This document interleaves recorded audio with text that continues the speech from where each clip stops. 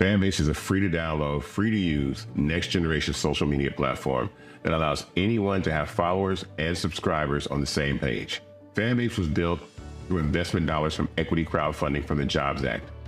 People just like you helped build Fanbase, and we're looking for more people to help build Fanbase. We are currently raising $17 million in a Regulation A crowdfund on Start Engine.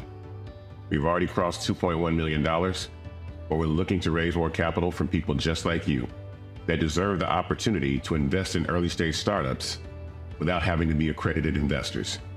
So right now, I'd like you to go to startengine.com/fanbase and invest. The minimum to invest is $399. That gets you 60 shares of stock in Fanbase right now, today. And then use Fanbase to connect with friends, grow your audience, and be you without limits.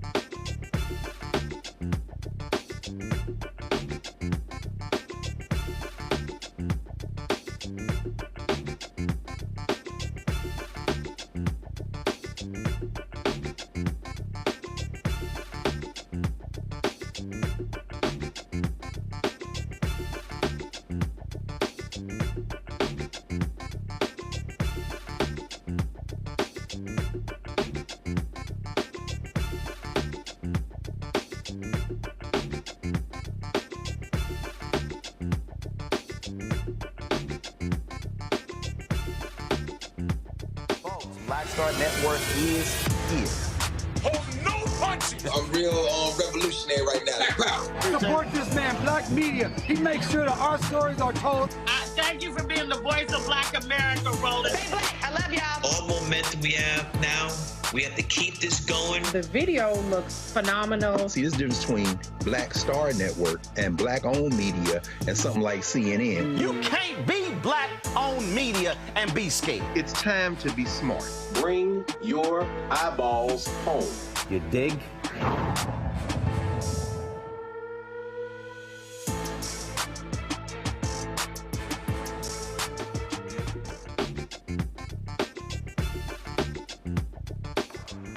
Oh, it's Wednesday, December 18, 2024, coming up on Roland Martin Unfiltered, streaming live on the Black Star Network. FIFA in the funk house. Republicans are already seeing what happens when Elon Musk is the co-president. Guess what? They've decided, he said, we should shut the government down until January 20th and then keep it shut down for 33 more days. It's not going to hurt anything. So the continuing resolution that Speaker Mike Johnson was trying to get pushed forward, that's likely not going to happen. Oh, I can't wait to break it down. Speaking of stupid, Donald Trump has picked Herschel Walker to be the ambassador to the Bahamas. Can that boy spell Bahamas? Also, the House Ethics Committee secretly voted to release its report on former Congressman Matt Gaetz. He ain't happy. Y'all, we're going to talk about that and lots more. Oh, the fun is just getting started. It's time to bring the funk. I'm Roland Martin Unfiltered on the Black Star Network. Let's go. He's got it. Whatever the miss, he's on it. Whatever it is, he's got the scoop, the fact, the find. And when it breaks, he's right on time and it's rolling. Best believe he's knowing. Putting it down from sports to news to politics. With entertainment just for kicks, he's rolling. It's on go, roll, y'all. It's Roland Martin, Rolling with Roland now. He's funk, he's fresh, he's real, the best, you know he's Roland Martin now.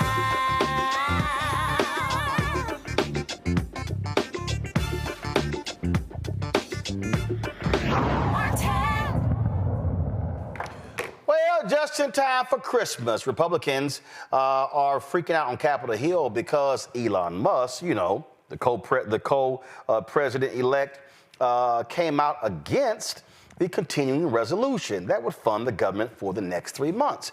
Republican House Speaker Mike Johnson said, hey, we need to get this done. It includes, it's a 1,500-page document.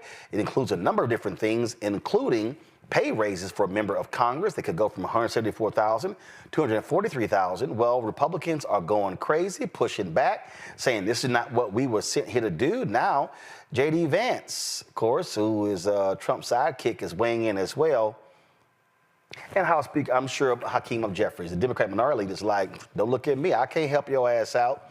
So this is what happens when you let the crazies in charge. Got to go to my panel right now. Julian Malveaux, economist, president emerita of Bennett College, author out of D.C. Scott Bolden, lawyer here in D.C. Glad to have both of you here.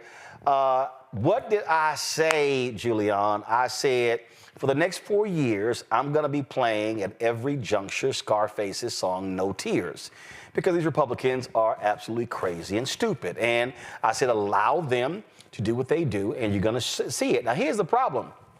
They have a very narrow majority right now. It gets even smaller in January. It's simply going to be 3 votes.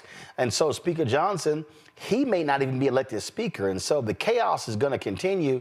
And so, hey, if they want to let Elon Musk run the whole show, by all means, do so. It's going to mean chaos. Oh, by the way, stock market today dropped 1,100 points. You're going to see more of that with these idiots in charge. Idiots is the right word, Roland. This is the most ridiculous nonsense. Mike Johnson just scurry, try to get a deal. The deal that he got isn't perfect from anybody's perspective, but we have to have the $100 billion in disaster relief.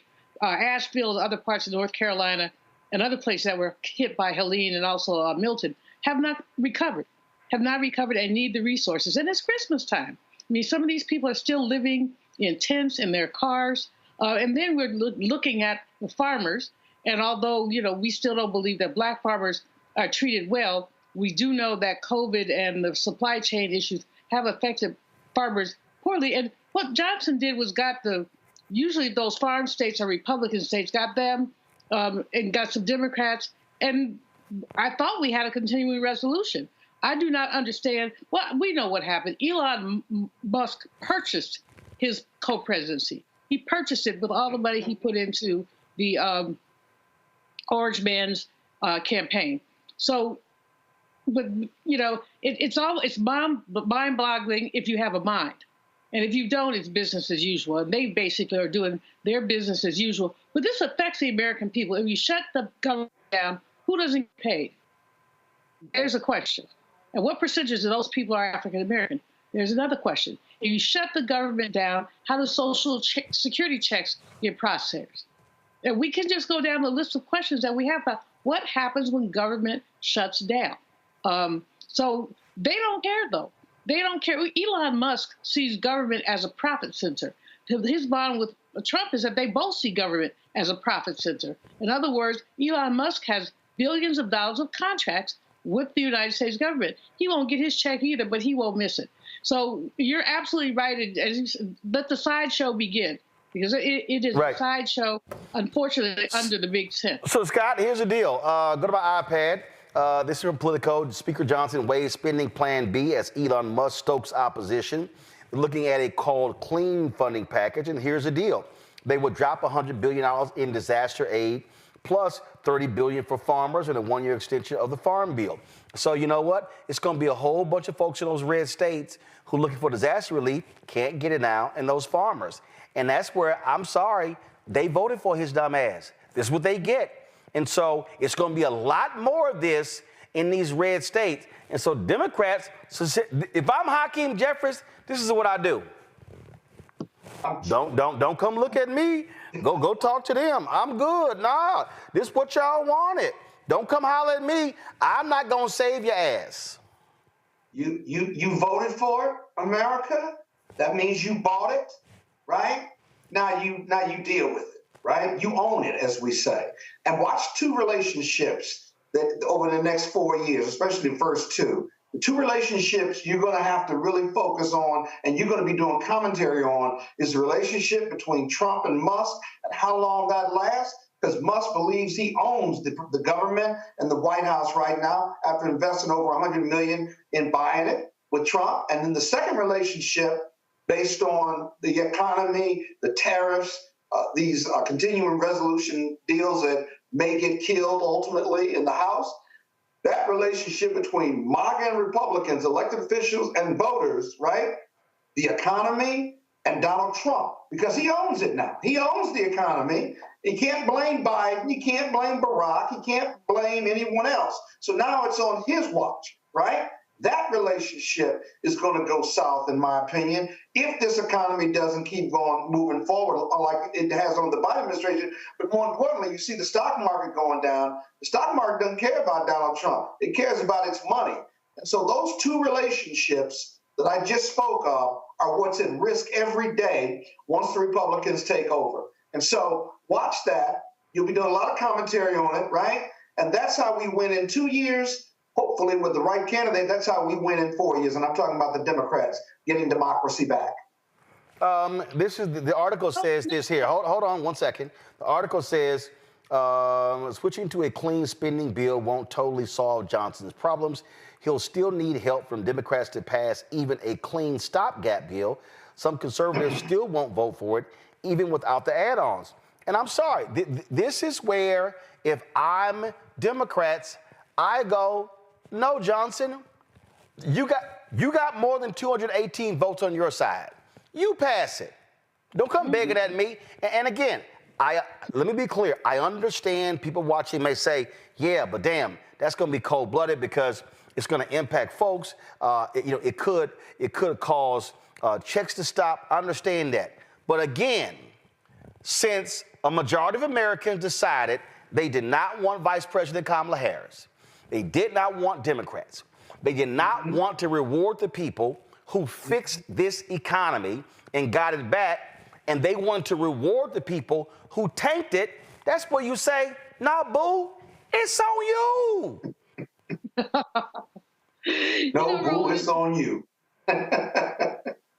It's amusing and not at the same time to watch some of this. Until very recently, these Trump voters said it was about the economy because he said he was going to bring prices down. Now, last week, this week, he said, oh, I can't do that. Prices are not going to come down. Well, how did they believe? Well, they believed him, and now they're going to have a big surprise because prices are going up. Everything about everything he's promised to do is going to raise prices. Deportations will raise prices. Americans are not going to go out there and pick that lettuce. So that the deportations will raise prices. Tariffs are inflationary. The very small rate cut that we experienced today from the Fed raises issues, and they have said already, we're not going to do this again. They have 3 rate cuts this year. They said they'll only have 2 next year. They were projecting 4. So they are concerned about the economy, although the Fed tries not to meddle in politics, and so they're not going to say very much. But they said plenty when they say we're only going to raise lower rates twice. And what they said, Dow Jones heard, and therefore you saw that stock drop. So the people who believe that man are going to get what they believed in. Unfortunately, the rest of us who did not believe that man and still have to eat, live, and do all that, we're gonna feel it too. People are gonna feel it. But perhaps, as A. Scott says, if they feel it enough in 2 years, we can at least take back the House. Well, and so again, Donald Trump posted this ridiculous statement, him and J.D. Vance on Truth Social. It's a whole bunch of crap. They talked about Congress is going to consider a spending bill that would give sweetheart provisions for government censors and for Liz Cheney and Blue. And then you see this right here. Then they claim will make it easier to hide the records of the corrupt January 6th committee and on and on and on. Increasing the debt ceiling is not great, but we'd rather do it on Biden's watch. If Democrats won't cooperate on the debt ceiling now, what makes anyone think they would do it in June during our administration? Let's have this debate now. We should pass a streamlined spending bill that doesn't give Chuck Schumer and the Democrats everything they want. And so Then he goes, Republicans want to support our farmers, pay for disaster relief, and set our country up for success in 2025. The only way to do this, that is with a temporary funding bill without Democratic giveaways, combined with an increase in the debt ceiling. Anything else to betray our country. The reality, Scott, is Donald Trump increased the debt by 25% when he was there before. And so they're a bunch of liars. And I'm telling you, this is where I would say Democrats say, man, don't even come talk to us. Right. Don't even come talk to us. Right. Listen, come January, the Republicans will have a 3-vote margin in the House. They're going to have a 6-vote margin in the Senate. Now, nothing can get out of the House unless Republicans pass it. And this is where, if I'm Hakeem Jeffries, I tell my 215, chill. We ain't doing nothing for y'all. No, you go work your side and get all the votes. Because whatever y'all want to pass, this on y'all. Go right ahead. And then, so when Trump's tax cuts, when that comes up, they want to make them permanent. It's going to jack up the debt, and then they want to cut all sorts of programs. That's when you sit there and say, go right ahead. Knock yourself out. Go right ahead. And when all these folk in these red states start whining and complaining about not getting services, that's when you say, I'm sorry, it's above me now. You need to call Johnson. You need to call Johnson. You need to call Thune. You need to call Trump. Don't call us, because this is what y'all wanted. Y'all wanted crazy. Y'all wanted these fools. Now you got them. Yeah, Hakeem ought to say one other thing, too. Don't shape your lips to even ask for any help or support from the Dem. That's complete bullshit. And just ain't gonna hear it. The other thing is, who is Donald Trump gonna blame after January 20th or 21st when the prices on groceries and gas don't go down, when the prices on oil go up, when he can't stop the 2 wars, as he says on day one? Who's he going to blame when he commutes the sentences or gives pardons to the disruptors who attacked the Capitol in 2020? You see, the blame game only goes so far, and he'll lie and try to. How long will his supporters, either in the House or Senate, or the MAGA supporters, as the economy gets worse and worse under his leadership, who is he going to find to blame? What more lies is he going to tell until the 10 red states who get the most entitlements in this country, or the senators and House of Representatives, feel empowered because they can't win with Trump in 2 to 4 years? They've got to figure out a way to win without him, as well as without his money. They can't do that if this economy is going south and he's not fixing it. And historically, we know the Republicans don't have the ability, political or business or economic ability, to deliver a strong economy. Only the Democrats do that after cleaning up the Republicans' mess, historically going back to, I guess, 1965.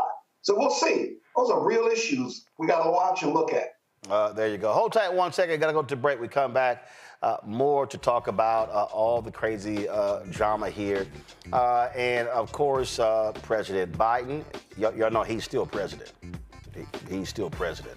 And so we'll talk about his remaining days in office. He spoke at a DNC Christmas reception on Sunday, where Vice President Kamala Harris also spoke. We'll have that for you. Plus, lots of other stuff we want to talk about, folks, deal with, including the mayor of Atlantic City. That brother, y'all, he got indicted for telling his daughter to lie about what she told law enforcement. We're going to deal with that. And all them FBA B1 Negroes who was slamming Vice President Kamala Harris and who were demanding reparations. Well, guess what? That white conservative Ed Bloom, he's now going after a reparations bill that was passed in New York. Didn't we try to tell y'all this was going to happen? Okay. Got a few words for y'all, too. We'll be right back. Hi, I'm Isaac Hayes III, founder and CEO of Fanbase. Fanbase is a free-to-download, free-to-use, next-generation social media platform that allows anyone to have followers and subscribers on the same page. Fanbase was built through investment dollars from equity crowdfunding from the Jobs Act. People just like you helped build Fanbase, and we're looking for more people to help build Fanbase. We are currently raising $17 million in a Regulation A crowdfund on Start Engine. We've already crossed $2.1 million, but we're looking to raise more capital from people just like you that deserve the opportunity to invest in early-stage startups without having to be accredited investors. So right now, I'd like you to go to startengine.com/fanbase and invest. The minimum to invest is $399. That gets you 60 shares of stock in Fanbase right now, today. And then use Fanbase to connect with friends, grow your audience, and be you without limits.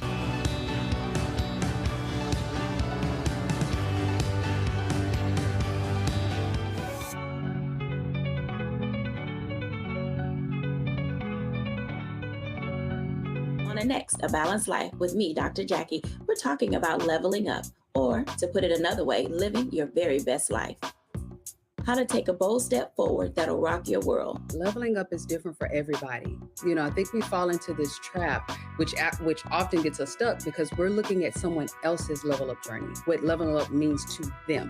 For some, it might be a business venture. For some, it might be a relationship situation, but it's different for everybody. It's all a part of A Balanced Life. That's next on Black Star Network. On the next Get Wealthy with me, Deborah Owens, America's Wealth Coach, Dexter Jenkins is a faith-based financial mentor with more than 20 years in the financial services industry. He's passionate about helping families build generational wealth. Even though I'm talking about things like prayer, I'm talking about things about reading the word, I'm talking about things like fellowship, I'm talking to members who are dealing with losing their houses, or I'm talking to members who, because of a lack of the handling their finances, they're working 2 and 3 jobs. And so what I'm finding is that they're not coming to church because they don't have a handle on their finances. We're talking how to get wealthy through faith and our finances on the next Get Wealthy, right here, only on Black Star Network. How you doing? My name is Mark Carey, and you're watching Roland Martin. Unfiltered, deep into it, like pasteurized milk without the 2%. We getting deep. You want to turn that shit off? We're doing an interview, motherfucker. All right, folks, welcome back. So, a few months ago, the mayor of Atlantic City and his wife, who happens to be the superintendent of schools in Atlantic City, both got themselves in trouble. They got charged because their daughter says that they beat her. Now, this is what the latest. Go to my iPad. The Atlantic City mayor has now been indicted for allegedly asking his daughter to recant her claims that he abused her. They say it's witness tampering. So when you go through this, Atlantic City Mayor Marty Small indicted. They say that in September 2024, 6 months after being charged with abusing the daughter, he asked the daughter to do him a favor and, quote, twist up, unquote, the story she told police about alleged abuse. Now, he wanted her to say she tripped and bumped her head. She says no, she was struck several times with the broom, and that's what happened, causing her to lose consciousness. Now, according to the family, now, the girl's still living at the house, and her attorneys deny it. The mayor's wife, LaQuetta Small, you know, she black, her name LaQuetta. She's the superintendent of schools in Atlantic City. She's been charged with child endangerment related to the original case. They both say no wrongdoing. I mean, Scott, what happened to the day when you could beat your kid's ass and you just did nothing happen? But now they call the cops on you and everything. But this is stupid here. So you got 2 public officials, one a superintendent, the mama, the mayor of the city, that's the daddy, and she's like, yo, okay, I got beat. She calls the cops. Now they indicted. She's still at the house. I'm sorry, your ass got to move. Well, I think I was abused in the 60s and early 70s by my parents, and I just want Never mind. But no, that's called child abuse in 2024, Roland. Because I got my ass whooped on the regular, and I deserved it. So check this out, Scott. Check this out. It says authorities said both parents emotionally abused, go to my iPad, emotionally abused and hit the girl who was 15 to 16 years old in December and January at least once to the point of unconsciousness. Prosecutors filed court documents in April saying the Smalls disapprove of their daughter's boyfriend, who secretly used a video chat to record an alleged instance of the mayor physically and verbally assaulting the girl. An affidavit from prosecutors say the girl at one point acknowledged making up the accusations because she was angry her parents wouldn't let her go out with friends. But in other sections, the document includes detailed claims by the girl that the abuse was real, and it says she photographed bruises and sent them to her boyfriend, who shared them with detectives. Then it says the Office of Atlantic County Prosecutor William Reynolds cited evidence including recordings of interactions between the girl and her parents, her statements to police, school workers, a therapist, and state child welfare investigators, and messages she sent to friends saying she did not feel safe at home.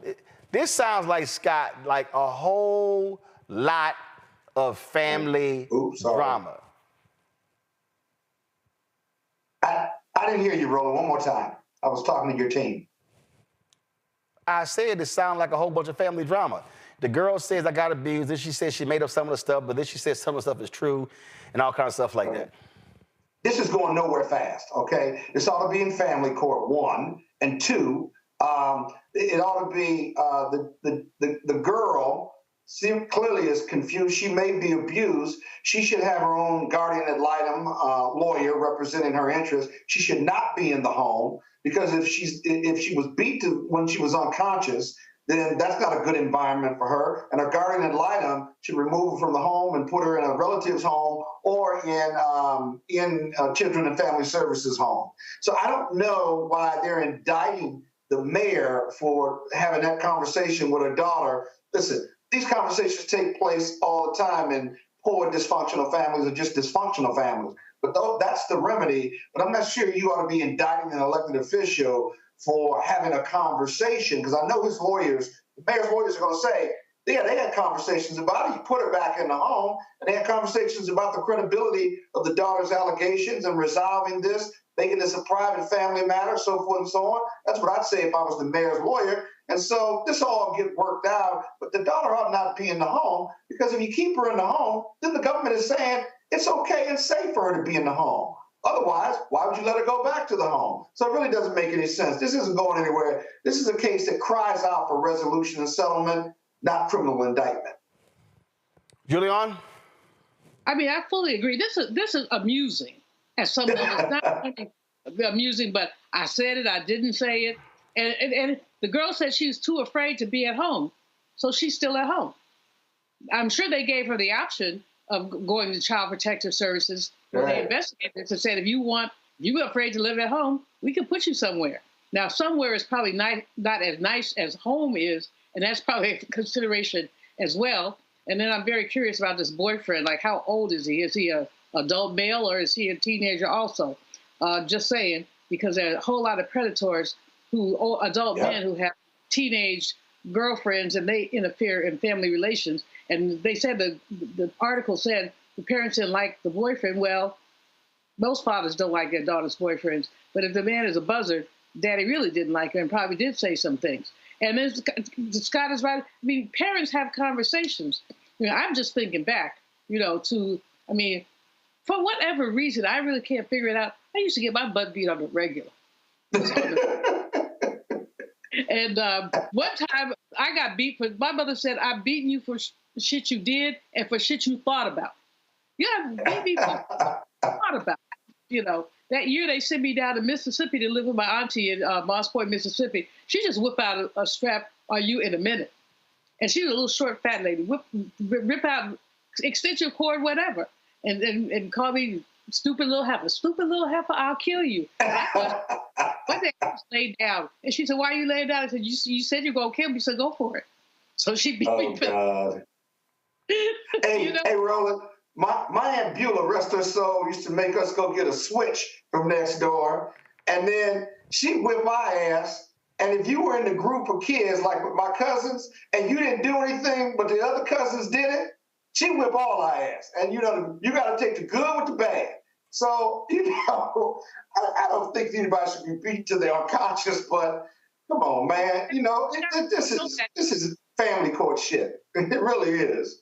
I mean, the girl has acknowledged she made some of the stuff up, so she might have made that unconscious shit up too. Yeah, I'm sure she got a behind beat because it sounds like she got a behind beat, and she acknowledged. They acknowledged, but you know, you're right. The standard. You started out by saying the standard of abuse in 2024 is different than it was in the 1960s, and it started changing. I had my nephew at the time. I had him here in D.C., and the boy wouldn't make up his bed.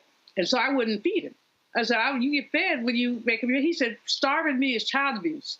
I said, right. I said, here the phone. Go call somebody and see what they do. Or here's a pan. Go cook. All right.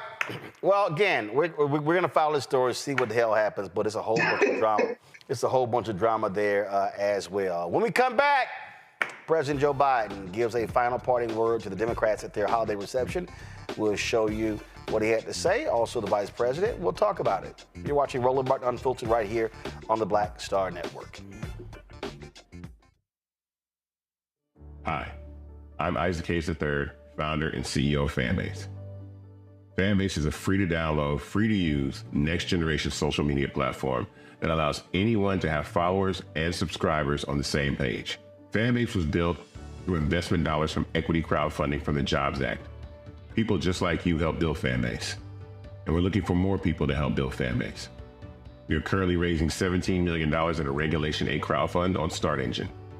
We've already crossed $2.1 million, but we're looking to raise more capital from people just like you that deserve the opportunity to invest in early-stage startups without having to be accredited investors. So right now, I'd like you to go to startengine.com/fanbase and invest.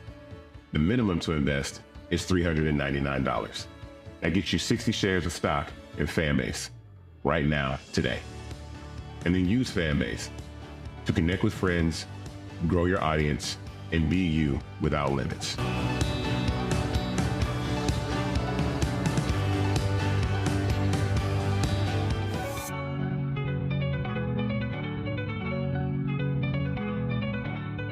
Now streaming on the Black Star Network.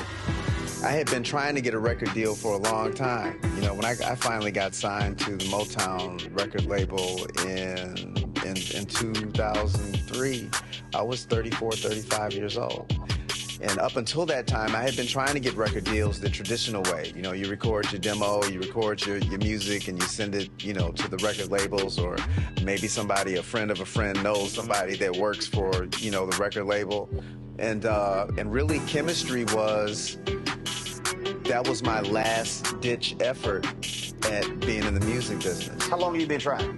I've been trying since I was a teenager. Wow. You know? And you know, and I'm grateful that it didn't. I'm grateful that it happened when it happened, because I wasn't prepared, you know, as a teenager to embrace all that comes with a career in the music industry.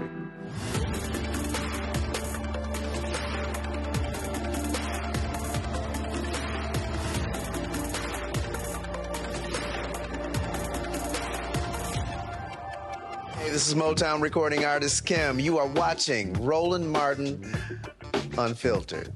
That boy, he always unfiltered, though. I ain't never known him to be filtered. Is there another way to experience Roland Martin than to be unfiltered? Of course he's unfiltered. Would you expect anything less? Watch what happens next.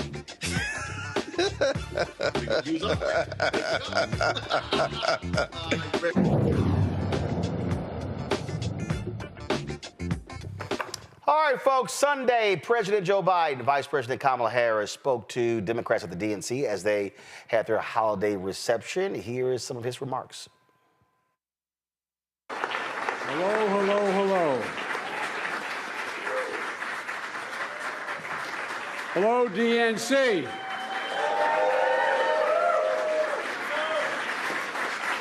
I want to thank Jamie Harrison for his leadership as chairman.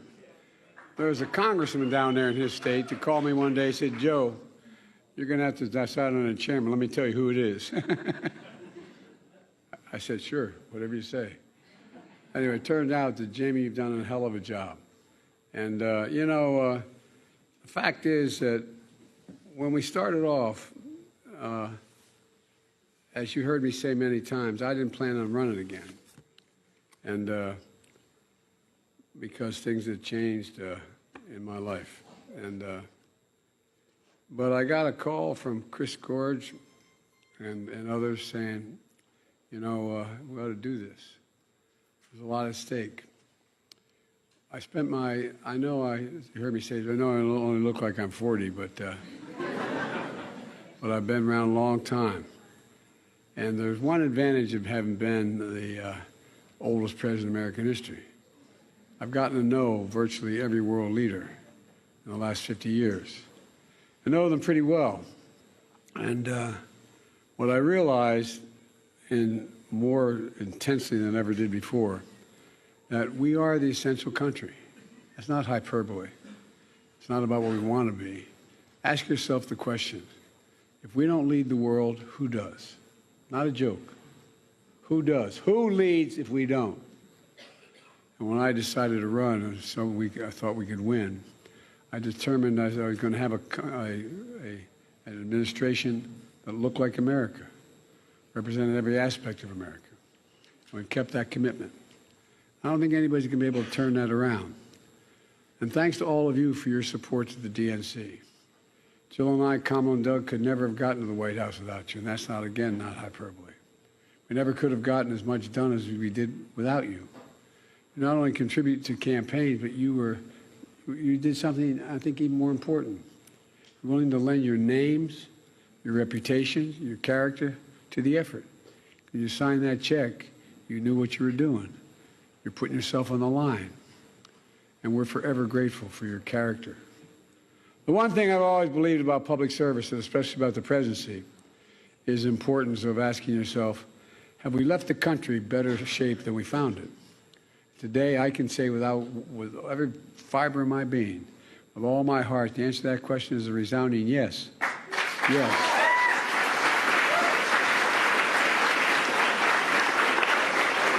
Because of all of you assembled here, we can be proud we're leaving America in a better place today than when we came here 4 years ago. This country was living through the worst pandemic the country had seen in 100 years. Our economy was in a tailspin. Millions of people were out of work. Businesses were being shuttered. Schools were closed. And there was no plan for going forward. Just 2 weeks before being sworn in, we had just witnessed something we thought would never happen in America. A violent insurrection encouraged by the man sitting in the White House on January 6th. And so much more. We've come a long way since then. We passed historic legislation. Laws that are literally building the strongest economy in the world. There's not a world leader you can name for me who hadn't told me at these G7, these 20 meetings, all these meetings I meet with them, they wouldn't trade places with us in a heartbeat. Laws that, when fully implemented, are going to change America for decades to come. But we did know that many of the laws we passed were so consequential, they wouldn't be implemented right away. It takes time to build those fabs, those factories for chips. It takes time to get this construction going. Over $1.4 trillion in infrastructure. $1 trillion so far in private sector investments in America. The biggest investment ever in climate in the history of the world. And fundamentally transforming our economy to grow from the middle out and the bottom up, not just the top down. I fully believe that America is better positioned because of all of you to lead the world today than any point in the last 50 years of my career. That's because of you. Again, not hyperbole. You lend your reputations, your names to this effort. It's not just the contributions you made. It's just stepping up, putting yourself on the line. You should be so damn proud of the work we've done together. You should never forget all you've done for the country. I'm also proud that we can say we've done all this with a deep belief in the core values of America. Those values were all created. You heard me say it 100 times. We're the most unique nation in the world. Every other nation was based on geography, religion, ethnicity, some common factor. But in America, we were built on an idea an idea, the only country in the world. We hold these truths self-evident. All men and women are created equal. Everyone should have a fair shot. Hate should never have a safe harbor in America. That's what we're about. We've never fully lived up to all of that, but we stuck with our principles and set a high standard of character, integrity, in public life. Let me say it's been the honor of my life to serve as your president. But the title I'm most proud of is being Jill's husband.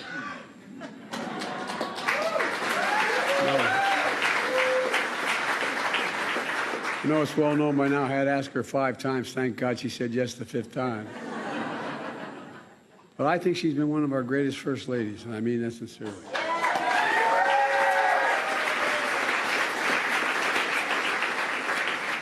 She wasn't kidding about the first speeches she made. She was scared to death to go out and make those speeches. Look at her now.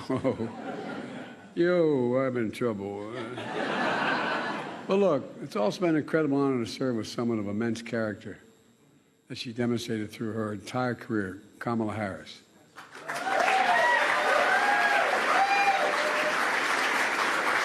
I knew what I was doing when I asked her to be my vice president. I knew her. I knew of her. I knew about her. I knew her record. I trusted her.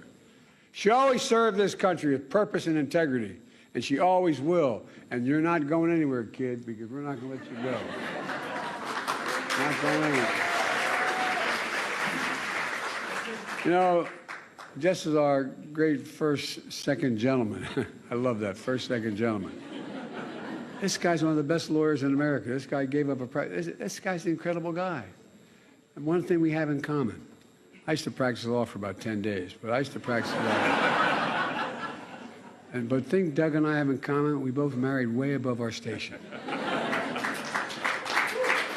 Thank you, Doug and Kamala, not only for your service, but Jill and I are grateful to call you dear friends. Look, let me close with this. Our time in office is coming to an end. The America of our dreams is calling us to stay engaged. We're not, Jill and I don't think Kamala and Doug are going anywhere. We look to the future. It's more important than ever to keep organizing, to keep talking to folks. We all get knocked down. My dad would say, when you get knocked down, you just got to get up. Get up. The measure of a person or a party is how fast they get back up. And to know what we believe in is really worth fighting for. That's the road ahead. To never give up. To keep the faith. To know that what we're doing matters. I know I'm going to stay engaged. I know Kamala and Jill and Doug are going to do well as well. And I know you will. We need you badly. The country needs you badly. We just have to remember, you've heard me say it 1,000 times, remember who we are. We're the United States of America, for God's sake. Many of you are students of history. No other nation in the world has come through every crisis stronger than they went into the crisis, and except the United States. And folks, look, all the things we passed, we knew people were going to see it. How long does it take to build a fab that's going to hire thousands of people? Billions of dollars being invested. It just takes time to get it built. It takes time to get it going.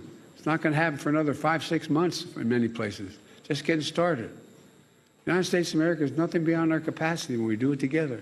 But we knew a lot of this was going to take time. But look what's out there. Everything from anyway, I'll get going here. But you really did a hell of a job. I really mean it. And the thing I most admire about working with all of you, you have great integrity. Great integrity. You've stuck with the deal. You've been honest. You've been decent. We've run a campaign that's basically scandal-free. It's hard to do in American politics these days. Anyway, I just want to thank you very much from the bottom of my heart. The bad news for you all is I ain't going nowhere.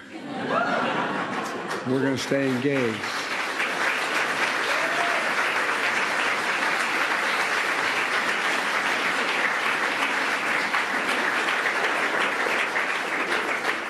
And having been listed the poorest man in Congress for 36 years, I may be able to actually contribute now.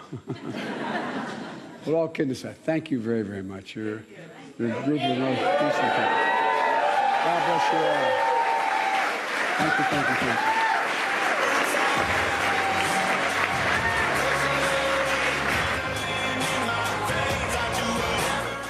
All right, folks, you heard President Biden there reference Vice President Kamala Harris. She also had a few words to say.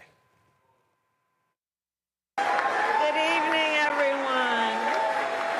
Good evening. Good evening. Good evening. Happy holidays, and thank you all for what you are, what you have done, what you will do. Dr. Jill Biden, let me just say, it has been an extraordinary 4 years, as you have said. And the work that we have done together, the four of us, I wish some of you were privy to seeing just, before we come on stage, when we're hanging out in the back, or just those long nights when we're talking about what we want to get done, the challenges we face, but our commitment to seeing it through. And I'll say about Jill Biden something that probably most of you know. She's a tough cookie who cares so deeply. Jill is tough. She has a tough exterior. She has one of the biggest hearts of anybody I know. She cares about the people. The way she talks, for example, about her students, the way she talks about people who are often overlooked, are just not thought of in any way that they should be, that's who Jill is. And so, Jill, it's been an extraordinary experience to work with you, and our friendship is lifelong, as you know, and I love you. Thank you. Thank you. And can we hear it again for the first, second gentleman of the United States?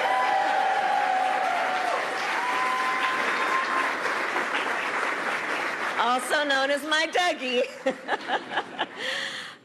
It is so good to be here with everyone this evening, including Chair Jamie Harrison, Finance Chair Chris Corge, and so many others. And we are here tonight to thank you all for the work that you have done. And it has been tireless work. When it mattered most, through the entire campaign, including those 107 days, you all rallied. You rallied. You opened your homes. You reached out to your friends and your family. You put your personal capital, and by that I mean your relationships, at stake to talk with people because you care so deeply, and you connected with people and took the time to remind them of what is at stake and what was at stake. You sacrificed an extraordinary amount of time, not doing other priorities in your life, to focus on this campaign and by extension to focus on our country and its future. With your help, we brought together people from every walk of life and every background, all united by a deep love of country, all motivated by enthusiasm and joy in our fight for America's future. And as a result of your leadership and your support, the National Finance Committee held more than 700 events across the country and raised nearly $700 million. An historic achievement, which without a doubt made our campaign stronger. So I thank you again for all you have done. And I ask that everyone here, that you hold on to and know in your heart and in your spirit that everything you did made a difference and mattered and has impact that is lasting. All the work you did to bring these resources together allowed us to do rallies where people from every walk of life would come. And they would look around and see that we are one community of people called Americans. They would look and they would see people they'd never met before and feel a sense of their own power in knowing that they are not alone and that we are all in this together. You gave people and allowed them to have that feeling, and that can't be taken away.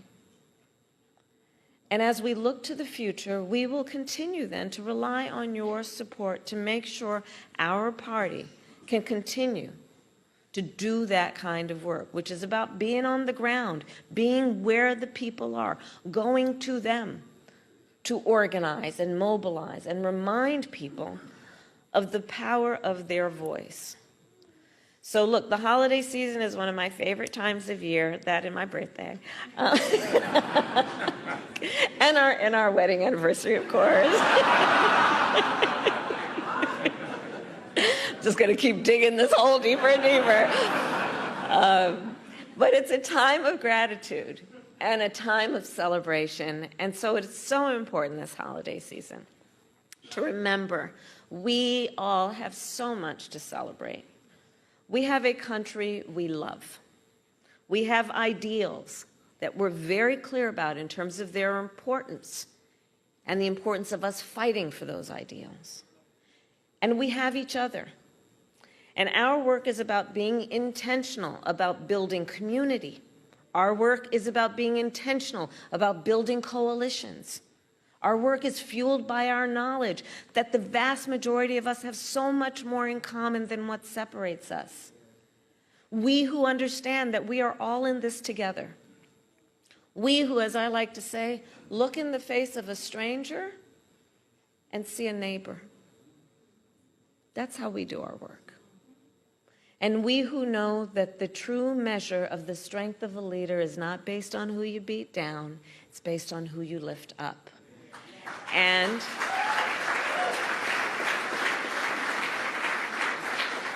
that spirit, the spirit with which we do our work, and hear me when I say this, that spirit that fuels the countless hours and days and months of work that you have put into this, that spirit can never be defeated. Our spirit is not defeated. We are not defeated. Let's be clear about that. We are strong. We are clear about why we are in this. And because you're here right now, I say, again, thank you, because not only are you clear about all of that, you're willing to put in the hard work. And that work must continue. We cannot let any circumstance or situation or individual ever take away our power to know why we do what we do and our ability to then get that work done. And especially because we know what we stand for, and that's why we know what to fight for. We here believe in the promise of America. We believe in the promise of freedom, of justice, of opportunity and dignity, not just for some, but for all. We know that fighting for the promise of America takes hard work. Now, you all can help me finish this. Many of you have heard me say it. But we like hard work. Hard work is good work. Hard work is joyful work.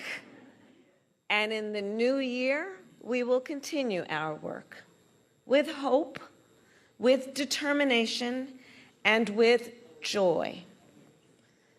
So I'll close by saying this holiday season, like any time of the year, let us really be conscious of all the blessings we have.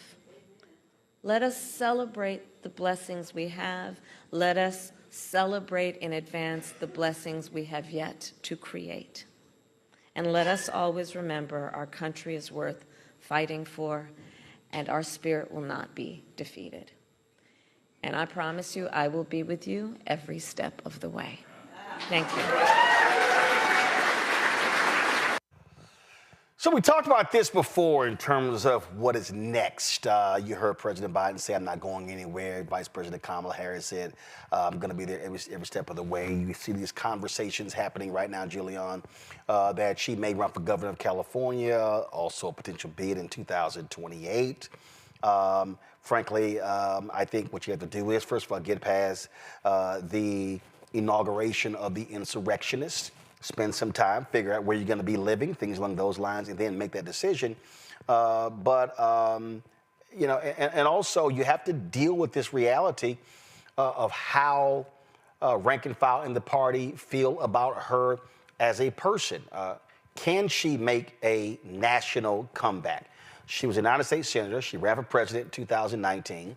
Dropped out before the primaries even started. Biden picked her as vice president.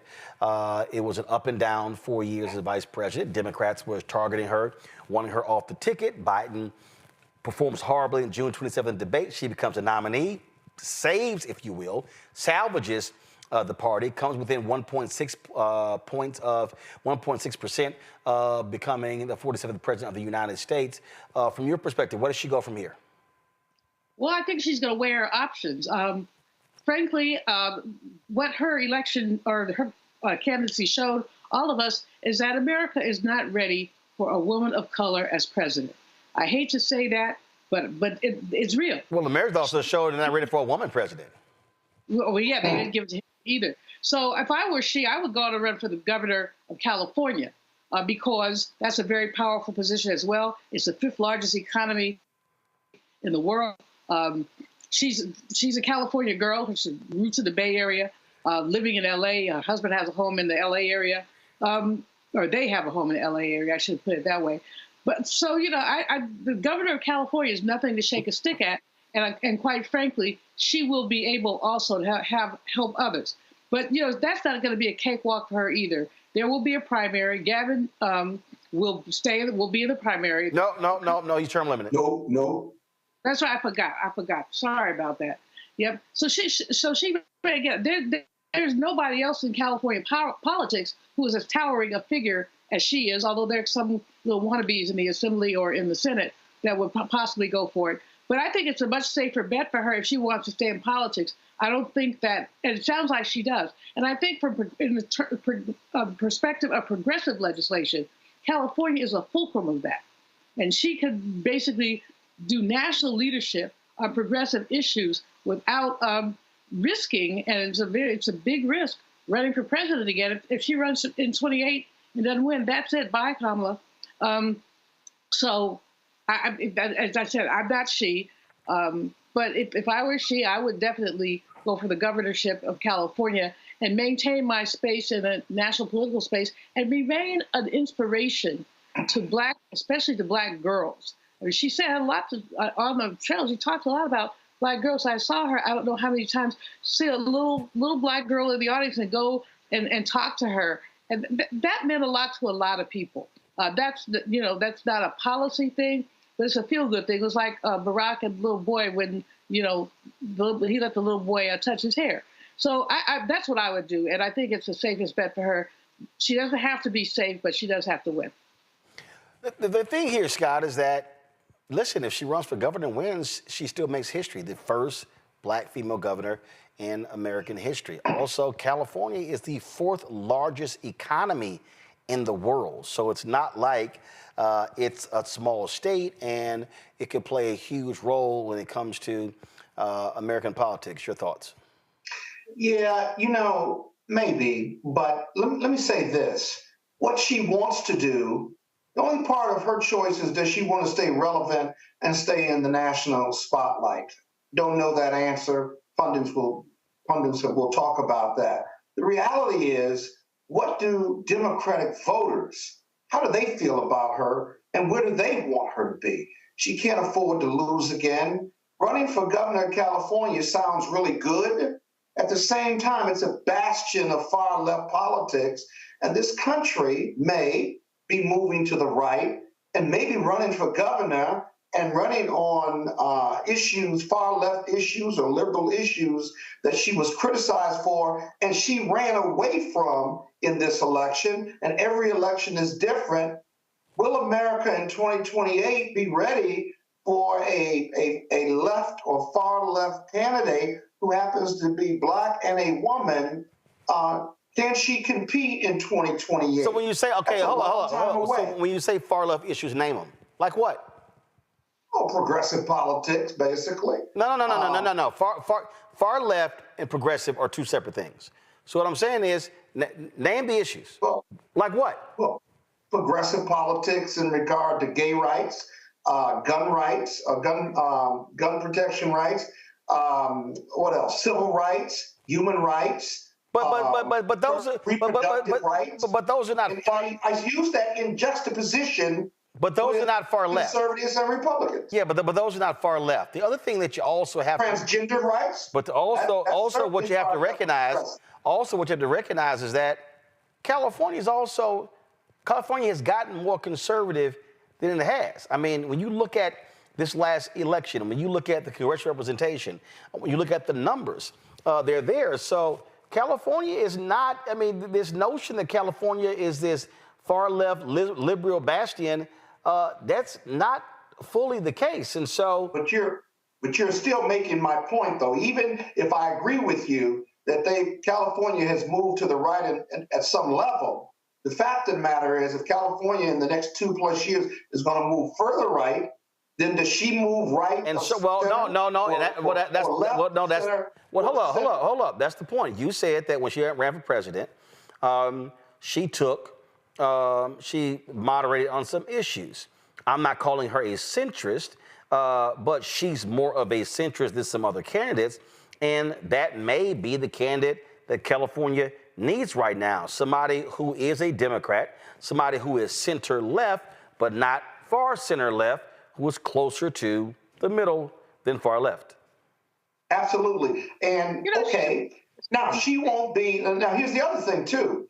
What will define whether she's relevant and stays in the mix is who runs against her. Do they see her as a wounded candidate? Do they think they can beat her? Doesn't mean they can. She certainly will have a lot of support, if you will. But these are factors that go into whether she runs or not, but more importantly, whether she wins or not. And I don't think we can project that over 2 to 4 years yet. I think it remains to be seen.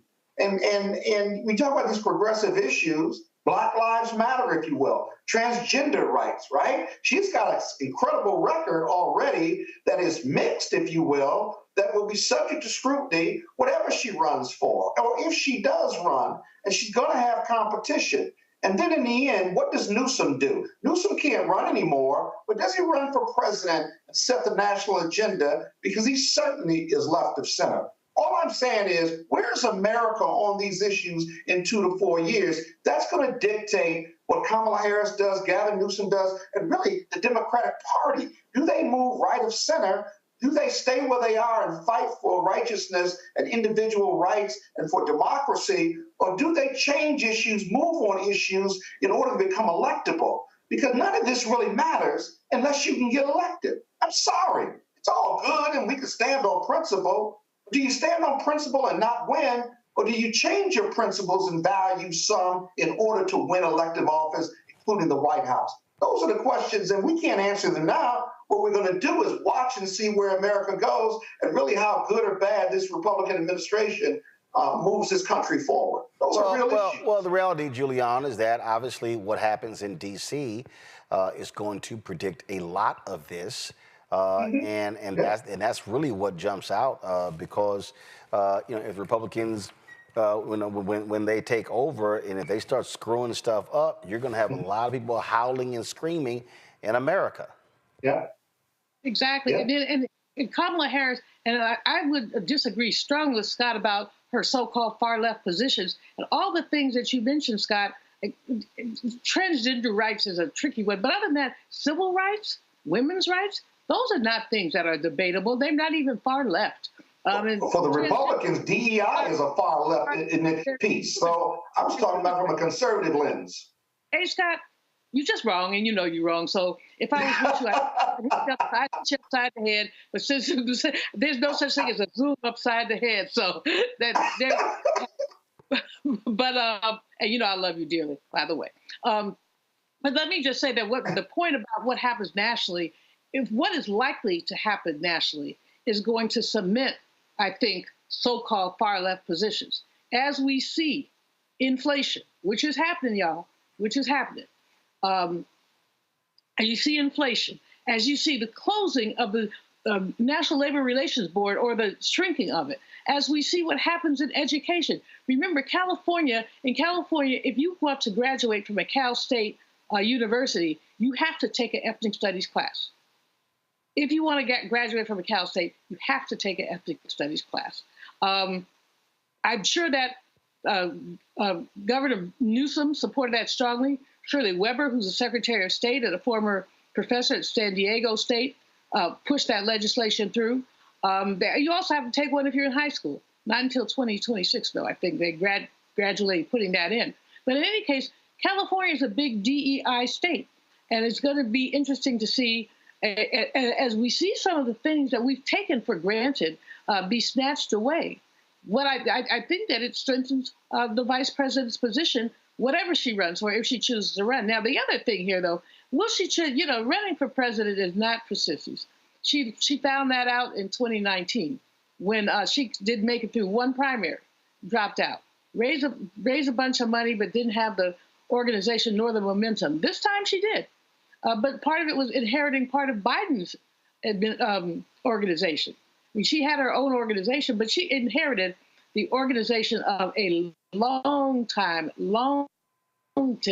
distance runner in getting the Democratic establishment nomination or organization. So just looking at that, again, I think this is not a safe bet for her, but I think it's her best bet. I think the presidency for a Black woman is just a woman of color.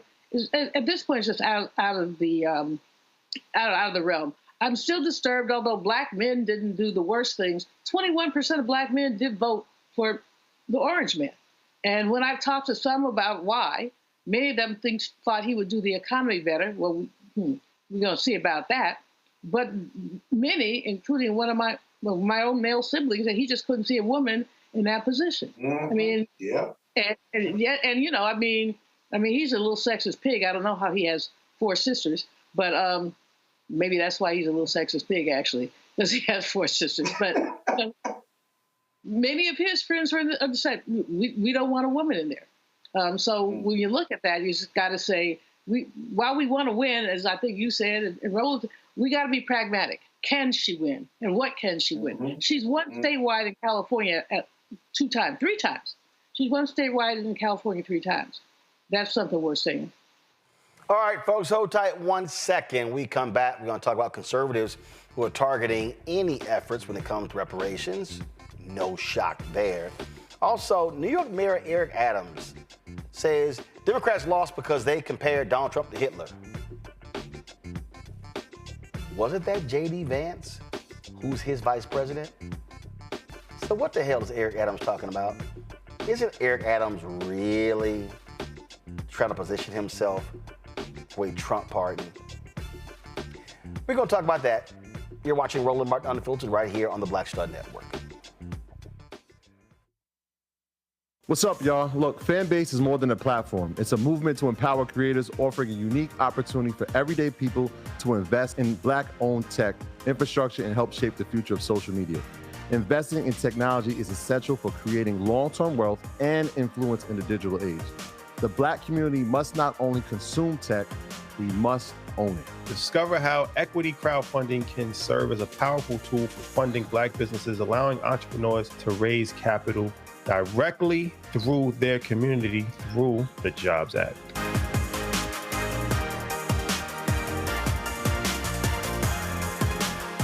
On the next Get Wealthy with me, Deborah Owens, America's Wealth Coach, Dexter Jenkins is a faith-based financial mentor with more than 20 years in the financial services industry. He's passionate about helping families build generational wealth. Even though I'm talking about things like prayer, I'm talking about things about reading the word, I'm talking about things like fellowship, I'm talking to members who are dealing with losing their houses, or I'm talking to members who, because of a lack of the handling their finances, they're working 2 and 3 jobs. And so what I'm finding is that they're not coming to church because they don't have a handle on their finances. We're talking how to get wealthy through faith and our finances on the next Get Wealthy right here, only on Black Star Network. Next on the Black Tape with me, Greg Carr.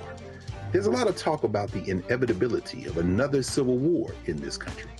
But on our next show, we'll talk to a noted author and scholar who says we're actually in the middle of one right now. In fact, Steve Phillips says the first one that started back in 1861, well, it never ended. People carrying the Confederate flag, wearing sweatshirts saying MAGA Civil War, January 6, 2021, stormed U.S. Capitol, hunted down the country's elected officials, built a gallows for the Vice President of the United States, and to block the peaceful transfer of power within this country. On the next Black Tape, here on the Black Star Network.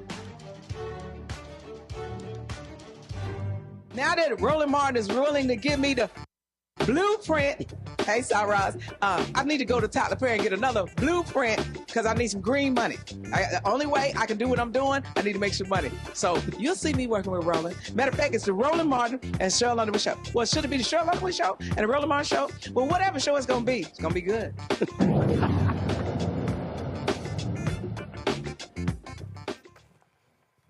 All right, Donald Trump plans to nominate Herschel Walker to be his pick to be ambassador to the United Nations. Let's see. What's Herschel's qualifications? Well, he's a former NFL player. He won the Heisman Trophy, and he got crushed for saying stupid stuff when he ran for the United States Senate, and just has personal scandals and on and on and on. Really, as ambassador, he's going to manage the United States relationship with the Bahamas. Scott, do you think he can spell Bahamas? I don't think so, but it may not be a heavy lift for him. But I still don't understand Herschel Thomas when he speaks. So my Bahamian brothers, you can't understand Herschel Walker. Scott, really? You can't. Yeah. All they're gonna say is MAGA, MAGA, MAGA, MAGA, MAGA. I can't understand you either. So, you got to understand somebody to even converse with them or engage them. And I know I talk for a living, but you got to be able to speak the Queen's English. Even if you got a Southern drawl, it's okay. And I can never understand Herschel Walker.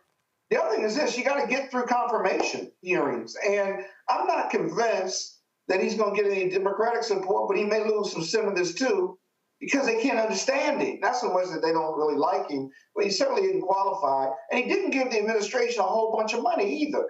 So this is really an unusual appointment. I don't know whether he's a disruptor or not, but if they give him some speech lessons, he might be okay. He might be. First of all, Julian, you know damn well the Bahamians going to be like, y'all sending us this dumb ass. Yeah. You know, Roland, this shows us how little the incoming president thinks of us. Values. Right. Why would you send this knucklehead, who's a multiple-time woman abuser, who and not he can't even speak the pauper's English. It's not the Queen's English. I mean, and he's just a totally odious human being. And as you said, he didn't give the orange man that much money. But you know what? As we see these appointments come in, what we've seen is the overwhelming whiteness of the people that the orange man has lifted up. And so this gives him his, I believe, DE, but there's his diversity pick right there, y'all. That's what that is. And it's going to be very interesting. Our relationship with the Bahamas is important for many, many reasons, including the shared ocean, all the ocean stuff that's going on. As we look at climate change, which, of course, the Republicans don't believe in. And so you think this person who can't basically, like you said, spell Bahamas, can manage those complicated relationships? I don't think so. I mean, only good news is that most of these embassies have staff who work for the State Department, and they don't tend to change them like they change ambassadors with an election. Some of those people will be long-term staff members who have relationships, and that will be the only saving grace. I think that's going to be saving grace with many of the ambassadorial appointments, less so, I think, because of Project 2025 with some of the cabinet appointments. So they will turn over people there. But this is just a joke. I mean, this is like, okay, we lost the election. We kind of bummed out about it. Christmas is coming. But this is like our intermission amusement. Every time they nominate somebody, we all get an opportunity to collectively crack up.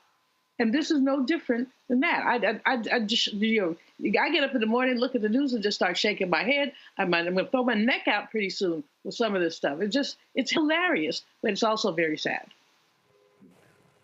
Well, that boy just dumb. That part. I mean, he just dumb. I mean, just dumb. I could not even imagine if Herschel Walker's people said you have a 10-minute interview with him, I would try to figure out what I'm gonna do with the other 8.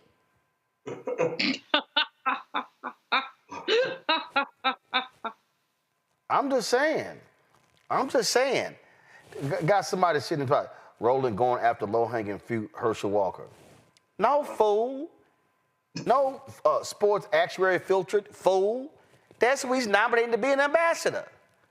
So yeah, I'm gonna talk about his bumbling, stumbling ass all day, every day, because he's stupid.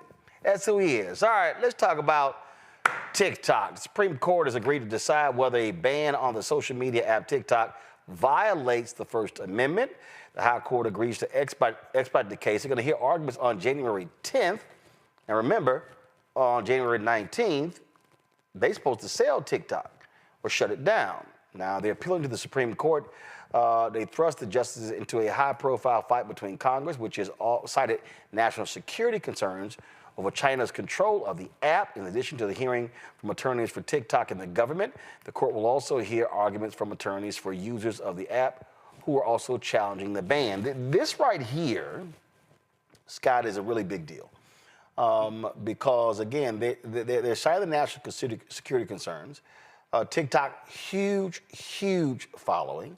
And the concern of members of Congress is that China has access to all of the data of the users, but more importantly, they have the ability to impact what happens in this country by controlling the algorithm.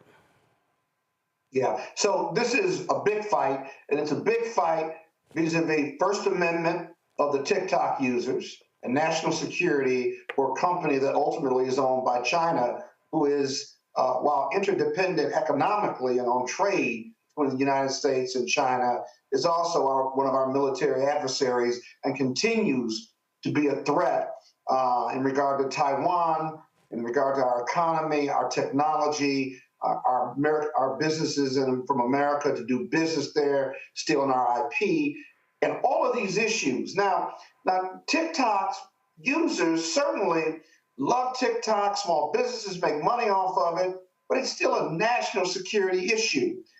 Donald Trump has been back and forth in regard to his position on TikTok. He thinks TikTok helped get him elected. And so look for, regardless of what the Supreme Court does, if it strikes down the law, look for Congress to quickly implement a law that will withstand scrutiny by the Supreme Court.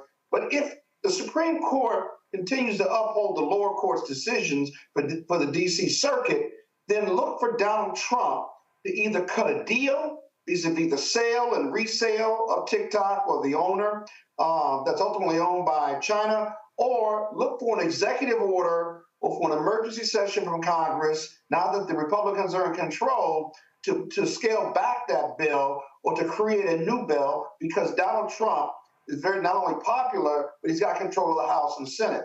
All of this is heavy lifting. And remember, we don't have a continuing resolution to keep the government open at the same time. So if that doesn't get done, how big of a priority will TikTok be to the administration and the House and the Senate?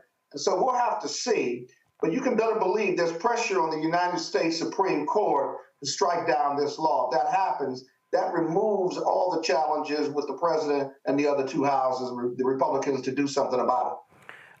Julian, to Scott's point, remember Donald Trump was against TikTok, then all of a sudden David Yaz, a big investor, started giving his campaign. He was like, well, you know what, I guess not. I guess I love me some TikTok. I mean, this is truly Donald Trump is a corrupt individual who will say or do anything. And the fact of the matter is he can easily be bought. No doubt in my mind. Very easy. He's been bought and paid for 3 or 4 times. And even though he has been bought, we have all these other issues of him thumping Bibles, selling Bibles, and expanding his brand of just theft and plutocracy. That's what you have. The TikTok thing is fascinating because it is a security risk as long as China owns the thing. We know that we've had significant competition with China. We've had them hacking into any number of things. We've seen some of the hacks. People have had their bank accounts hacked into, had other things hacked into, and China is not our friend. Mr. Trump, the thing about it, Roland, the man is just inconsistent about everything. He was inconsistent about TikTok. He's inconsistent about China. If you kiss his behind long enough, he'll change his mind about just about anything. I mean, if Planned Parenthood had a few mil to give him, he'd probably come down very strong for abortion. That's just how he is. And so we have this TikTok thing, though, is serious. Although I agree with Scott, if we don't have a government, what priority will TikTok be? The law now has to be held by, I think, the 19th. And but will anybody enforce that if we have no government? What if there's no Department of Justice because they just let the thing shut down? I don't think that they're going to go that far. I think the notion of the clean spending bill is what we're going to end up with. But I do think that they're taking it to the wire, which is what Republicans very often do. And my other concern, we keep talking about Lil Mike Johnson. I don't think he can be reelected as Speaker. So then what do we end up with? We end up with Marjorie Taylor Greene or some other big old fool? So that government becomes like the clown show. Well, it kind of already is. It becomes a clown show with this extremism. The TikTok case, for me, it's important, but it's not of predominant importance. But it's not important. It's not important to you, but it's important to a lot of content creators, and also TikTok is a major information source. The reality is, polls showed 18 to 39 folks in the 1839 demo. A majority of them got their information during this election from Instagram and TikTok, and so it is real. So this has national security concerns. You're talking about a major conveyor of information, and so there are going to be a lot of eyes on this particular case here. Let me go to Atlanta, where another case, Rudy Giuliani. I just love how Rudy, little dumbass, keep getting in trouble. Because he lost the case to the two sisters in Georgia. They've been snatching all his stuff. Now he's been ordered to appear at a contempt hearing to give up more assets. This is the WSB TV website. He's been ordered to appear next month to face claims that he should be held in contempt for failing to turn over assets to the Fulton County election workers he defamed following the 2020 election. Of course, he was ordered to turn over all of his assets to pay off the $148 million judgment against him. He's been disbarred, Scott. All this stuff because he was kissing Donald Trump's ass, and so he ain't like he can get a loan from Trump. And so I'm just loving every single time he got to show up in court. Matter of fact, there's a video on TikTok. After last hearing, he's like, I ain't got no money, I ain't got no car, I ain't got no nothing. Shouldn't have been running your damn mouth lying on these sisters. Yeah, but he also has a lot of assets, if you will. So post-judgment in most states goes like this. You have to disclose your assets or put up a bond to collect the $148 million. He doesn't have the money or the financing to put up a bond. And so the court signs an order of execution on that judgment. That is, you can do discovery, document requests, even depositions to identify all of your assets. And then you get an order from the court to attach those assets vis-a-vis the apartment he owns and some of the other assets that were listed in that article, right? Once the court signs an order of execution, you have to sign over those papers, sign over ownership, including the Joe DiMaggio baseball or the signed jersey or what have you. Those are all assets that can be sold by the winning party or the plaintiff in order to get closer to the $148 million. It's interesting that Giuliani has not appealed that $148 million judgment because he doesn't have the money to hire lawyers, if you will, or he'd be better off filing bankruptcy. Second issue, why hasn't he filed bankruptcy to avoid all of this? There's a reason, and that reason is probably because he's got assets and he doesn't want to go through the bankruptcy procedure with a trustee that will be appointed now, whether it's 7 or 11, that is dissolution or working out a payment plan with his creditors. He doesn't want to go through that process because the trustee will find his assets, and if he lies to the trustee, he can be criminally prosecuted for bankruptcy fraud. I don't want to get too deep on the legal side, but these are all the legal machinations that are working from his legal team. And so he's going to have to give up the apartment and the Joe DiMaggio piece and whatever the assets he's disclosed. Independently, there's an investigation in regard to all of his assets. They're looking for that. And as they find them, they'll report them to the court and seek execution orders. So big trouble for him. Lots of trouble. I say take every damn thing. I don't care. Julian, take everything. Matter of fact, I wouldn't mind they stripped his ass butt naked outside of court and took his suit, shoes, and socks. I don't want to see that. Hey, I want to see it. Even with the draws. I want to see it. Strip his ass butt naked, leave him standing there in his drawers and a wife beater. Say it ain't so. No, I mean, seriously, what he did to those women was so criminal. I mean, he could have generally just poll workers, but he dissed them by name. He put their address out there. They had no peace. They had to leave their home. And these are not spring chickens. These are women in their 20s. The older woman is in her 60s, I believe, and the younger one is in her 40s. These women's lives were disrupted. The 147 million is a tip of the iceberg of the damage he did. So if he was out there in his tighty whities, that would be just fine with me. It would be a very disgusting sight, but but he needs to be left. He needs to be treated like he treated them. He treated them like they were not human beings, like there were no consequences for the way that he treated them. And that's the issue with the culture. Roland, I know you get tired of me talking about lynch culture, but lynch culture is when you can do anything you want to a black person and expect to bear no consequences. Rudy didn't think he was going to have any consequences. He thought he could say whatever he wanted to about anybody he wanted to. Now, he probably knows the names of some little white women. He didn't call them out. He called these sisters out because he thought he could. So guess what? Now they can reduce him to a naked man. And they should take everything they can, investigation. And I bet you Cash Money, he's got some stuff hidden. He's probably got a couple hidden apartments or something like that because, he's one of those kind of rats that has to have more than one home. So he probably has some other houses, somewhere, bank accounts that they haven't discovered. Break him down like he tried to break those women down. Break him down. All right, y'all. So good to go with this here. New York Mayor Eric Adams, of course, he has been, he out here whining, complaining. That's all he doing. So he's been indicted. And so he then did an interview with Dr. Phil on his Mary Street TV. Now, first of all, if you do Dr. Phil's show, you already know that you're trying to appeal to Donald Trump anyway. And so now you have Adams literally sounding like Donald Trump by saying that the Democrats have weaponized the Department of Justice against him. He's been indicted. His longtime aide, Ingrid Martin, expects to get indicted tomorrow. And it's just all sort of stuff. He also said that, hey, you know what?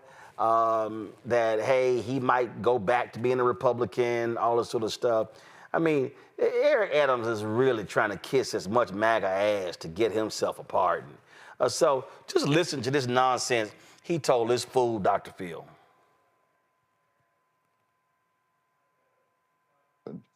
I think it's a combination of things, and I believe at the tip of it is I was extremely vociferous about what was happening to this city during the migrants and asylum seeker issue. I lived my life not only when I was a law enforcement officer, but as a state senator, a president, now the mayor, of following the law. And when you look into the crevices of the indictment, it clearly shows there's something that's just not right. And, Dr. Phil, I cannot tell you, the only consolation to this is that mommy's not alive. I would not want my mother to watch me go through this. And it hurts a lot. Americans should go through being on the FBI watch list because you're standing up for your family member. That is just not what our criminal justice system is about. And that's not the criminal justice system I fought for. I've been an advocate for proper criminal justice. And so I believe that the record is going to show I did nothing wrong. What I did right, I stood up for this city. And I believe there were those that just disagreed that why was I standing up to see what was happening to my city and happening to the families in the city. All right, so that's New York Mayor Eric Adams. But here's the problem with all of this, because he act like, oh, it's the Democrats, they were targeting me, this ain't right, this ain't just, this ain't fair. Well, guess what, y'all? Hold on, let me pull this up here. He's saying all this here, but guess what? A judge in the case has upheld the bribery charges. Y'all, this actually happened yesterday. The federal judge overseeing the corruption, this is the New York Times, the federal judge overseeing the corruption case against Mayor Eric Adams on Tuesday rejected an attempt by his lawyers to have a bribery charge against him thrown out. In a 30-page order, Judge Dale E. Ho rebuffed arguments by Mr. Adams' lawyers that the prosecution's case fell short of meeting the federal definition of bribery, which prosecutors said had occurred when Adams accepted luxury travel from the Turkish government in exchange for pressuring fire department officials to sign off on the opening of a high-rise consulate building in Manhattan. In arguing that the bribery count, one of 5 Mr. Adams faces, be dismissed, his lawyers had pointed to a recent U.S. Supreme Court rulings that raised the bar for prosecutors to bring corruption cases. Judge Ho, in his decision, acknowledged that the application of the law had evolved, but found that the indictment was sufficient. He said that Mr. Adams' lawyers had raised genuine questions about whether too much time had passed between the benefits Mr. Adams was accused of receiving and the actions he was accused of taking in return.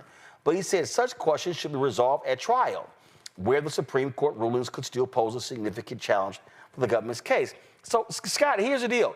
He's complaining that, oh, I got targeted because I was speaking out about migrants being sent to New York City by Republicans, and they're targeting me. Yeah. Bro, come on. Okay, so here's the whole deal. Okay, I saw New York Mayor Eric Adams at the DNC convention in Chicago. If Democrats were so angry with you, they would have rescinded his invitation. Why was he there? He would have been there. See, I get it. You get indicted and you want to blame somebody. But here you have a federal judge like, no, stuff is holding up. So, I mean, I get it. Lawyers try to do whatever they can to get their clients off. Mm-hmm. But this whole whining and complaining that, oh, Democrats are targeting me, he's sounding just like Donald Trump. I got targeted by Democrats. They weaponized the Department of Justice. He's using the Trump playbook.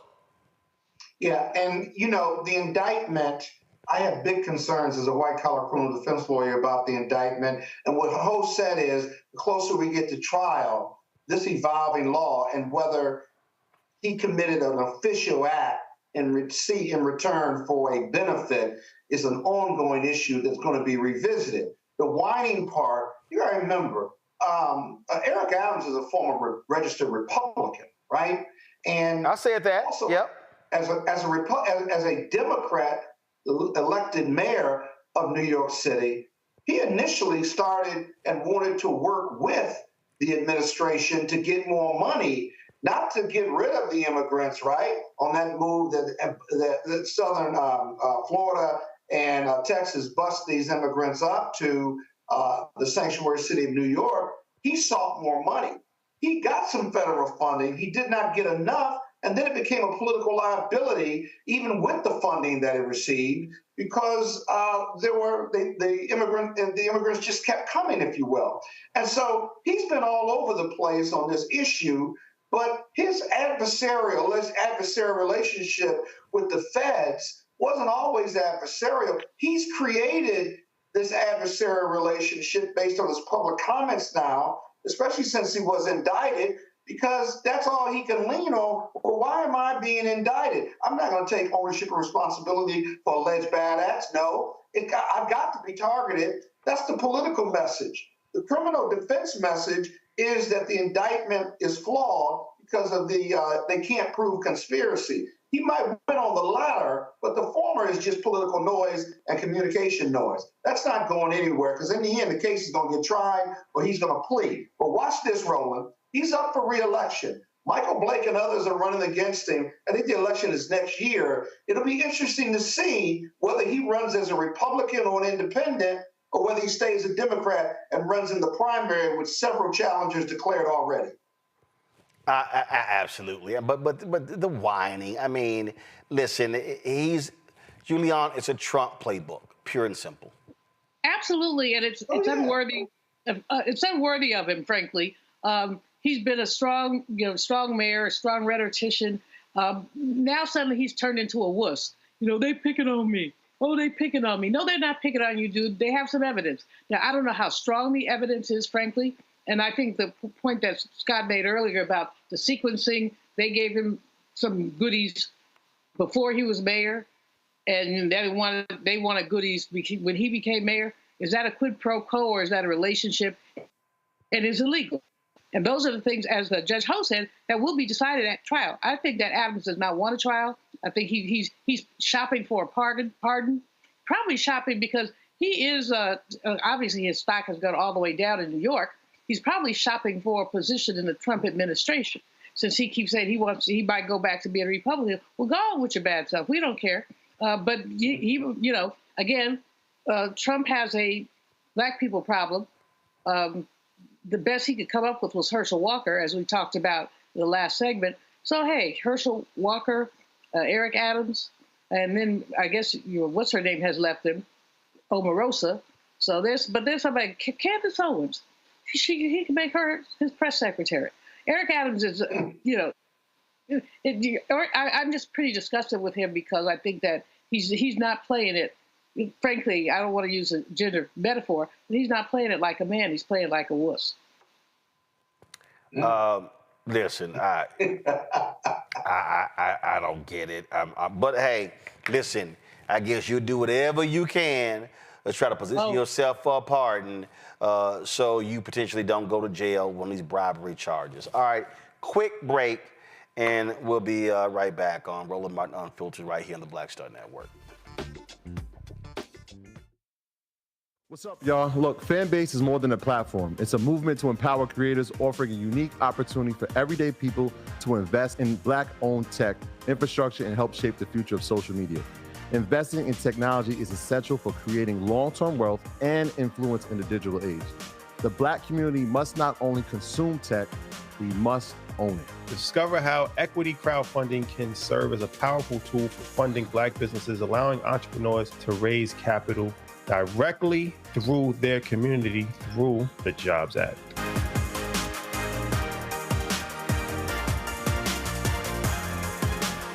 Hatred on the streets, a horrific scene, a white nationalist rally that descended into deadly violence.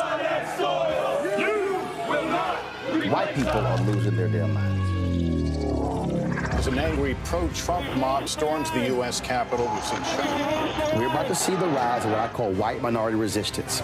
We have seen white folks in this country who simply cannot tolerate Black folks voting. I think what we're seeing is the inevitable result of violent denial. This is part of American history. Every time that people of color have made progress, whether real or symbolic, there has been what Carol Anderson at Emory University calls white rage as a backlash. This is the rise of the Proud Boys and the Boogaloo Boys. America, there's going to be more of this. Here's all the Proud Boys, guys. This country is getting increasingly racist in its behaviors and its attitudes because of the fear of white people. The fear that they're taking our jobs, they're taking our resources, they're taking our women. This is white fear.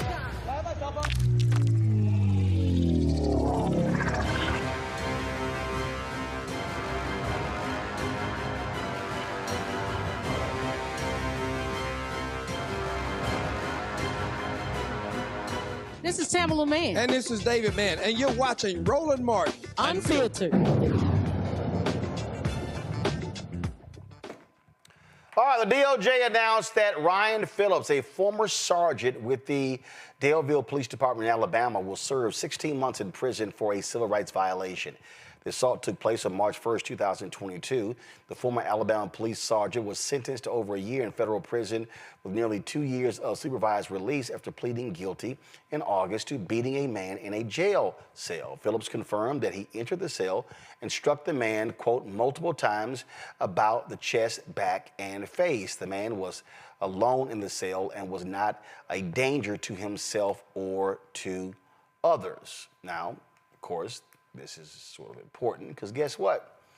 You ain't gonna see many of these happen over the next 4 years because Donald Trump's DOJ, frankly, will allow cops to do whatever the hell they want. Speaking of whatever the hell they want, the House Ethics Committee secretly voted to release its report on former Congressman Matt Gaetz. The report is expected to be made public before the end of the year and possibly as early as the end of the week. The House Ethics Committee had investigated Gaetz for several years over allegations of sexual misconduct and illegal drug use. He repeatedly denied any wrongdoing. A separate Justice Department investigation into sex trafficking allegations against him concluded last year without any charges brought against him. Now, he posted a message on Twitter, Julian, where he was like, I was investigated, I was cleared, nothing actually happened. Yes, when I was single, I did some wild stuff. I did some freaky stuff. He didn't really say freaky, but that's basically what he said. And he's like, this is just unfair. Well, guess what? You played with fire, now your ass getting burned, Matt. And guess what? It's a lot of Republicans, they want to see his ass crispy, Julian. They want him burnt. Well, he was notoriously poor at collegial relations with his fellow Republicans, so nobody has his back. Everybody's like, bye, boo, just go. And he can whine all he wants. He can put all the messages on Twitter or X or whatever as he wants. The fact is that he had sex with an underage girl. He was a member of Congress, and he had sex with an underage girl. That's illegal, in addition to being immoral and a bunch of other stuff, too. I mean, he's accused of trafficking because he's moving these children. A 17-year-old girl may look like a grown woman, but she's a child. And she basically trafficking these children. You can, just like Eric Adams, you can run your mouth all you want to, but as Dr. Maya used to always say, truth is a stubborn fact and a lie will die. Well, the stubborn fact about Matt Gaetz is that he has no integrity, that he is a freak. Not only is he a freak, there's nothing wrong with being a freak, but if you're an illegal freak, I mean, find some grown women to freak on. But they probably wouldn't put up with your monkey behind. So there you're stuck with teenagers, and now your chickens have come home to roost, and they're roosting right inside that report. I hope that it becomes a New York Times cover story so that we can all be basically dooming of this man, because his behavior in so many ways has just been unacceptable. And no Republicans want to be his friend. You have you seen one Republican, even Miss Marjorie Taylor Greene, who is about only a half a step up from him in the scumbag category, but even Miss Greene has not said anything to defend him. Oh no, but she said if they release this, they should release everything, including every single report I filed against all the members of Congress for sexual harassment, everything else. I say, Scott, bring that shit. Yeah. Yep. Yeah. You know, it'll be interesting. This report that's going to be released, one of the reasons it's going to be, there's such a delay is because what they're going to do is go through that report page by page, line by line. And if there's anything that needs to be redacted vis-a-vis national security, but I'm not sure what national security issues there would be, or they want to protect the privacy of these individuals, especially the ones that were underage at the time of the event. So you got to go through that. But the reality is the good stuff, the juicy stuff, and it's all got to have a lot of juice to it, is going to be out there. Remember, he's contemplating the serious Republican nomination or run for the governor of Florida. And so one of the reasons he didn't want to release, because he doesn't want to impact that run in 2 years in Florida. We'll see how much impact this report has on his ability to run, or whether Trump still supports him no matter what. So we'll see. Well, there you go. All right, folks. We'll certainly see what happens. We appreciate both of you joining us. Scott, Julian, thank you so very much. Enjoy the holidays. Not sure what you're doing, but have loads of fun. Thanks a bunch. Folks, that is it for us. Don't forget, support the work that we do. We want you to do one thing. Download our Black Star Network app. Apple phone, Android phone, Apple TV, Android TV, Roku, Amazon Fire TV, Xbox One, Samsung Smart TV. Be sure to get a copy of my book, White Fear, How the Browning of America is Making White Folks Lose Their Minds. Available at bookstores nationwide. Get the audio version on Audible. And, of course, be sure to get your Roland Martin Unfiltered merchandise. Get your shirt, FAFO 2025. And don't blame me. I voted for the Black Woman shirt. You can go to blackstarnetwork.com, RolandMartinUnfiltered.com, or go to RolandMartin.creator-spring.com. Folks, that's it. I'll see you tomorrow right here on Roland Martin Unfiltered and the Black Star Network. Holla! Folks, Black Star Network is here. Oh, no punches! I'm real revolutionary right now. Support this man, Black Media. He makes sure that our stories are told. Thank you for being the voice of Black America, Roland. Hey, Black, I love y'all. All momentum we have now, we have to keep this going. The video looks phenomenal. See, there's a difference between Black Star Network and Black-owned media and something like CNN. You can't be Black-owned media and be scared. It's time to be smart. Bring your eyeballs home. You dig?